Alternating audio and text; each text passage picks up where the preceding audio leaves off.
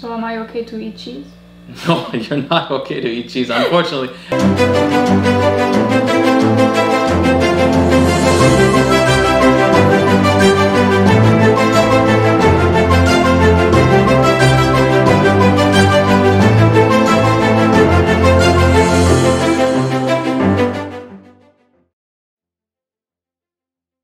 Hello friends, welcome to week 9's Q&As, joined by my lovely wife Lucy. Hello. Lucy will be asking me more of your questions from Instagram. Let's go with the next one. So the next one is by Dreezer75. His question is in two parts. The first one says, there is widely conflicting literature from reputable physicians about the link between saturated fats and cancer, heart disease.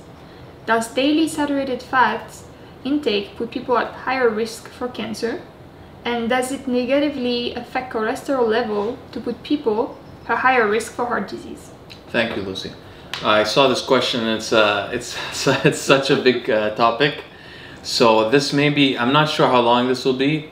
You know, I don't even feel like it's, you know, I like to answer questions in this Q&A format, but I feel like to be able to address this properly, I would have to make like a video series in which I go through individual studies, particularly the meta-analyses that are very well known about this, to show the concerns about the study design and particularly the meta-analysis studies.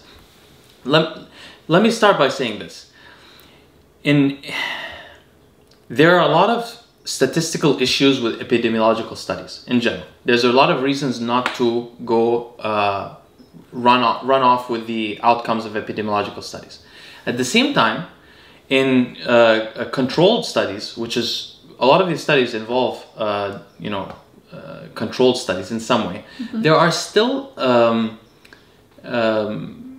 statistical issues. So, for example, in meta-analyses, you combine various studies that may have some integral differences in their study design that makes them not able to be combined. So this results in, for example, in 2010. There were two major meta-analyses that came out that led people in the cardiovascular world to have completely opposing views. One study was by a guy called Mozaffarian, something like that. It's a meta-analysis. That one said basically saturated fat replaced by PUFA is better for health. Okay. And another one, I forgot the author. These are very well cited. I mean, the second one I'm talking about is very well cited by, not well cited, not just well cited. They have thousands of citations, which means they're very popular. But also it's been used with the American Heart Association has cited it 3 years in a row. Anyway, the second one is a study, the meta-analysis that says saturated fat has no impact on heart disease. So these came out in the same year even. Wow. And they're both major studies. So you can think, so it's a very confusing situation. And the reason why that happens is because you're putting together studies that are not equivalent, and within those studies you have these are major studies, you have study design issues. Because keep in mind, guys, it's not because these people are stupid, it's because it's extremely difficult to study the effect of, first of all, it's very difficult to study the effect of saturated fat on anything, because you cannot, to study diets in general, because you cannot simply reduce saturated fat in one group, and then the control group, you have saturated fat, and the other group you reduce saturated fat. They will have to have nothing else. Well, no, this is the issue, right? So if you remove saturated fat, that means they have nothing else. But then, now you've introduced a confounding factor. The other group, the one that you've removed the saturated fat, has lower calories.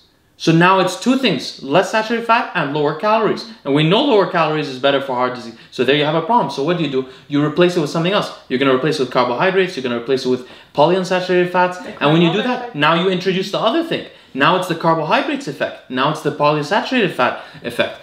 And the other thing is this, also just a big problem. I mean, there are so many problems I could list. I would need like a rigorous video to do this. But another problem you can think of is this.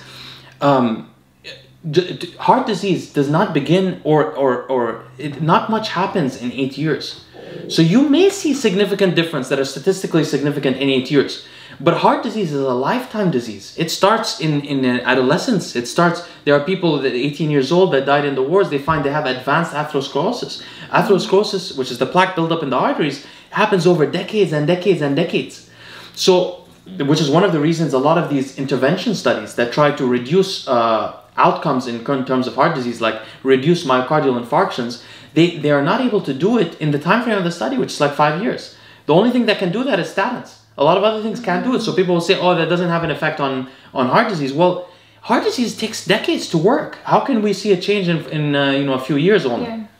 So as you guys can see, there's a lot of study design issues with this whole matter, and then there's an issue with meta-analysis in general. Meta-analysis are one of the places you can introduce the most bias, because in just a singular study. And by the way, guys, I used to operate a research laboratory for almost 2 years in London, a well-known, very good one, and I used to help professors design their studies. And I know how easy it is to introduce bias into a study. Practically, it's very easy to do it. I mean, I'm not saying these people are intentionally trying to do it. What I'm saying is this: it's easy to do it in a normal study.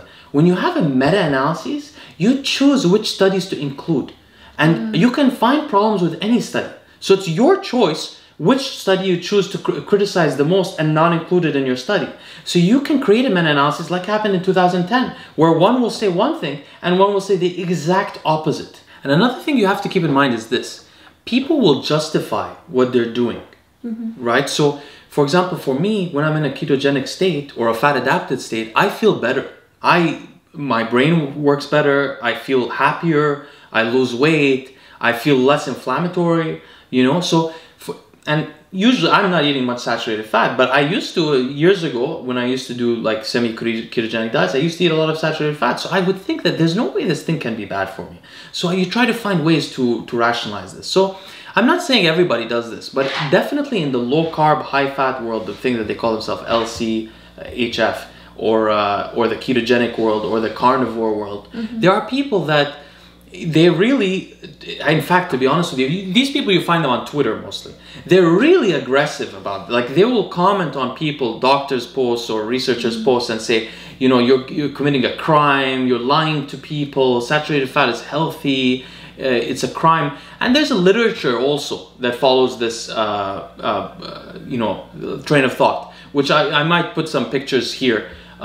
There's several books that gained a lot of popularity, written by laymen mostly, by journalists, by people that are not research-oriented people, and they indicate basically the premise of these books is that there's a guy called Ansel Keys. Ansel Keys in the 60s published a lot of research that was making people think that cholesterol. Now we're getting into separate topics. We're talking about saturated fat, but cholesterol made people think that cholesterol was causing heart disease. And their view, these people, is that he misled the community, and by the way, they were mostly studying total cholesterol, but total cholesterol caused heart disease, and they think that he misled the community, and this created a stream of research that all sort of validated itself, leading to declarations from the American Heart Association and from the government of the US advising people to limit their saturated fat consumption as well as the cholesterol consumption. First the cholesterol, and then low-fat diets came in.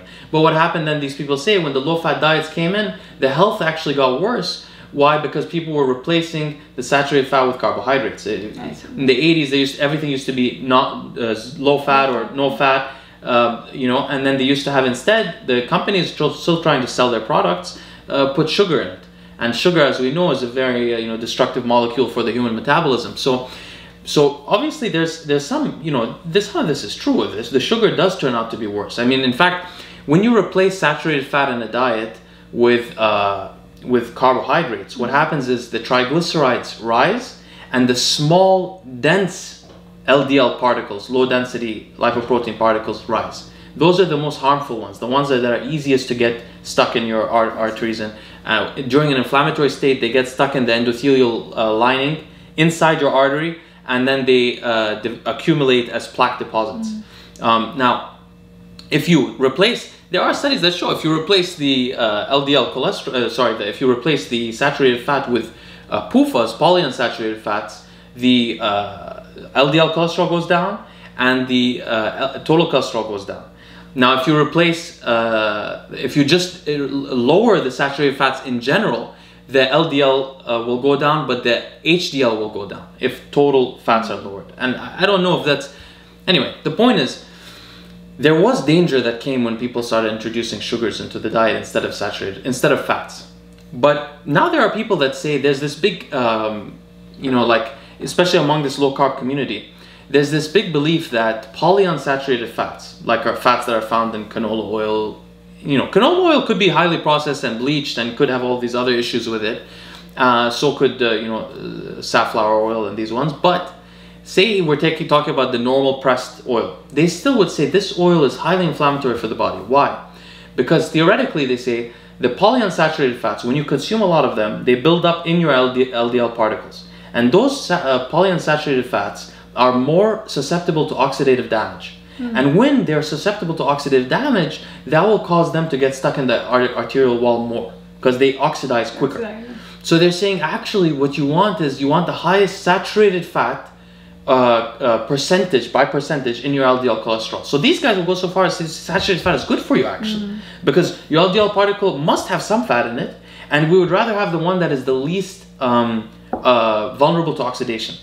So these guys will tell you actually polyunsaturated fats, not just carbs, polyunsaturated fats are dangerous. You shouldn't take them. Now, as I said, guys, there are studies that meta-analyses, the one I mentioned in 2010, especially the most famous one, that indicate that saturated fat, lowering saturated fat did not affect heart disease. On the other hand, there are many studies that show that replacing saturated fat with polyunsaturated fat was beneficial for outcomes in heart disease. Okay. So there's a theoretical reason why PUFAs may be more vulnerable to oxidation, but it doesn't seem backed up by the studies. I don't know what. There is one study I can think of that in the last 2 years of like a 9-year study, people had a higher rate of cancer incidence just at the last 2 years. So they had less heart disease, but but mortality was the same. The ones that were replaced polyunsaturated fats with saturated fatty acids. So the control had saturated fatty acids, the other ones had PUFAs. The ones with PUFAs, both of them in the end had the same mortality after 9 years, and the PUFA ones had more cancer incidence in the last 2 years. So they're saying, this is because of the PUFA. It's causing cancer because of the oxidative stress to the thing. There's not enough evidence to back that up. Yeah, there are so many other factors. Yeah, I mean, it's only one study also. Yeah. But there's so many studies that show that PUFA content in general will reduce the cardiovascular outcomes. Now, let's get into another subject, which, to connect these together, like, we're talking now in epidemiological studies or clinical studies about how saturated fat affects cardiovascular health outcomes. He asked also cholesterol. How does it affect cholesterol, which then affects that? So cholesterol in general, theoretically, low density lipoprotein, not the cholesterol itself, but the low density lipoprotein count appears to be the causal factor in the development of atherosclerotic plaque. It's the number of particles you have. I've mentioned this several times before. The number of LDL particles you have in your vascular system leads to more probability that those particles during oxidative stress, again, I'm saying it's not randomly they're lodging in there. During oxidative stress, they become oxidized and they lodge themselves inside the endothelial walls of your arteries. So the more you have of them, theoretically, the more that you should be in danger. Now, there are some studies, there's a meta-analysis in particular that showed that more important than the LDL cholesterol number was the total cholesterol to HDL cholesterol ratio and the total cholesterol, and the LDL to HDL cholesterol ratio. So there are some people that, especially in the low carb world, there are people that will look more at ratios. They look at the HDL ratio more. But I believe personally that the LDL particle count is what's truly impacting the outcome. And so yeah, and actually in the low carb world, people will really, I know there's a bit long-winded, guys, but it's a complex question, and it really deserves, either a paper response or several videos. But in the low carb world, there are people that will tell you all that matters is your HDL and your triglycerides. Why? Because that suits them. Why? When carbs will make your triglycerides go up. They don't eat carbs, so the triglycerides are low. Also, being fat will make your triglycerides go up. So if they say the most important thing is that your waistline is small, your triglycerides are low, and your HDL is high. Why is HDL supposed to be high? Because HDL, high density lipoproteins, work in the reverse cholesterol transport system, where they move it out of the area. But look, there's also studies that show that niacin high-dose niacin, which used to be used historically to raise HDL cholesterol, it did raise HDL cholesterol, no impact on outcomes. Oh, really? So it makes you wonder if HDL really impacts outcomes much. And that was HDL cholesterol. Now, maybe HDL particle number impacts outcomes and not HDL cholesterol, but who knows? So that's why I don't look at HDL personally that much. What I do think, though, if your HDL is going down and your LDL is going up, you have a problem. So basically the ratio. But I wouldn't pay attention to HDL by itself. Say, oh, my HDL is high, I'm fine. I don't know about that, because you could raise your HDL with niacin and it'll get higher. Maybe not the particle count, but the HDL cholesterol will get higher, and that doesn't tell you anything. And when you're looking at your HDL cholesterol, you're not looking at the particle count. You're looking at the cholesterol, which is the same thing that niacin affects, the amount of cholesterol in your HDL particles. So basically it's a complicated matter. And another thing I could mention is not all saturated fats are created equal. In fact, there are so in meat you mainly have palmitic and the highest number, then you have stearic saturated fat, then you have myristic saturated fat. Okay. Stearic and palmitic have been shown in some studies to be better than other saturated fats, and in some studies they've been shown to be worse. So specifically, some studies have found that the more palmitic and stearic you have in your blood, the worse cardiovascular outcomes you'll have. Mm-hmm. Other studies have shown that these two are favorable to other saturated fats in general. So basically, we're not completely sure. But what we do know is that not all saturated fats are created equal. So we have to keep that in mind. Now, the thing is, so let's summarize, because we've discussed a lot of things here. So basically, there's a lot of differences of opinions in the literature, and the reason is because of study designs and because of the nature of modifying the epistemologic nature of modifying nutrition for outcomes, and the long nature of cardiovascular disease. And then we know that I believe that LDL particle count is the most important factor. I believe that if you see the ratio of LDL and HDL go wrong, that may be a warning sign. Mm-hmm. But I believe that relying on HDL by itself is not sufficient. Okay. I also believe that looking at total cholesterol is almost completely useless. I would never pay attention to that at all. So that's one thing that low carb world got that I agree with. I think that looking at your triglycerides is important. If the triglycerides are rising and you're eating carbohydrates, that's a concern. Especially if they're rising, usually find that in obese people. So that, but those are not. That's not the causal factor. The causal factor to me is the LDL particle count. Does saturated fat have effects on cardiovascular health?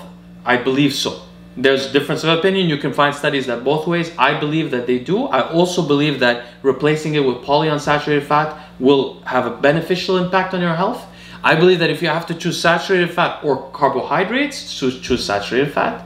Especially simple sugars, they will worsen your health. They will change the profile of the LDL cholesterol, making it more small, dense particles than larger particles, buoyant particles, what they call the fluffy particles, which they can move out of the system. So that's the summary on that. Now, another question you asked about was saturated fat and cancer. Yeah.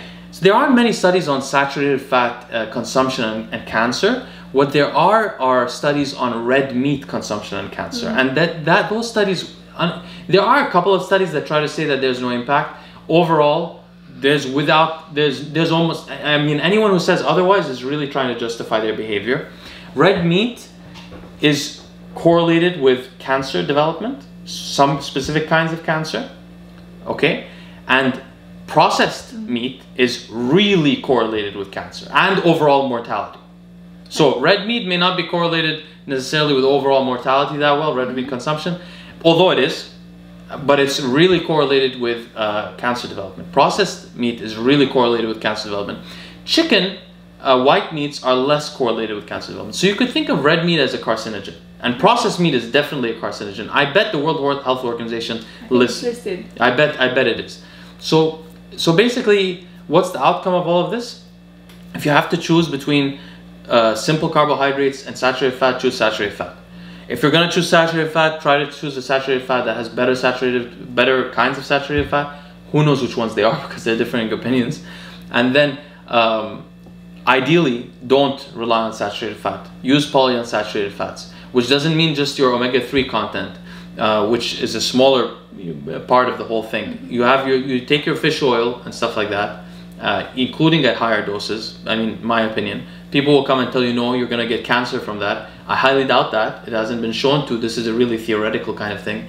But, you know, if you have to cook with a cooking oil, in my opinion, you use one that's high in a polyunsaturated fat, which seems to be protective for heart disease. I see. So am I okay to eat cheese? No, you're not okay to eat cheese, unfortunately. And cheese is, you know, she loves cheese. I wish I could come up with a reasoning why it would be okay. But cheese does have some nutritional profile that is useful. But the saturated fat, now, of course, this is a great point that you bring up, because there's something called the French paradox. And she's French. France, they have excellent health. They live very long time. And they eat tons of cheese and drink a lot of wine. So who knows? But, you know, definitely if you're going to be eating a lot of cheese, make sure your vitamin K is high, because you need that calcium not to go into the wrong places. You know, vitamin K can sometimes reverse calcium buildup. See, what happens is when the plaque builds up in certain areas, especially when the plaque explodes, sometimes the plaque explodes. This is not the right word to use, but the plaque like opens up and no more plaque is built around it. These are what cause really big blockages. Over time, over decades, calcium builds up in those areas. Your body calcifies anywhere where there is damage. So, for example, if you get a bunion on your foot, that's the calcification of the joint there. Arm wrestlers get calcification of their elbows, where they can't extend fully, right? So, you get calcification in your arteries. Vitamin K helps prevent that calcification there and reverse it. And also, you know, in general, you can reverse atherosclerosis. And it seems to be that if you change your lifestyle for long enough, even if you have plaque buildup, slowly the buildup declines. The body repairs itself, as long as you stop doing what you're doing to it. So that's, you know, that's my disorganized, long-winded opinion on the saturated fat debate. I don't think, if somebody low-carb guy or keto guy comes over here, or a vegan, they can easily attack this because it's not, I didn't organize it well. This is sort of an informal response, but it's my personal opinion, and it really shows you the kind of dangers that you have with relying on these studies blindly. All right, thank you guys so much for listening. We'll see you next time.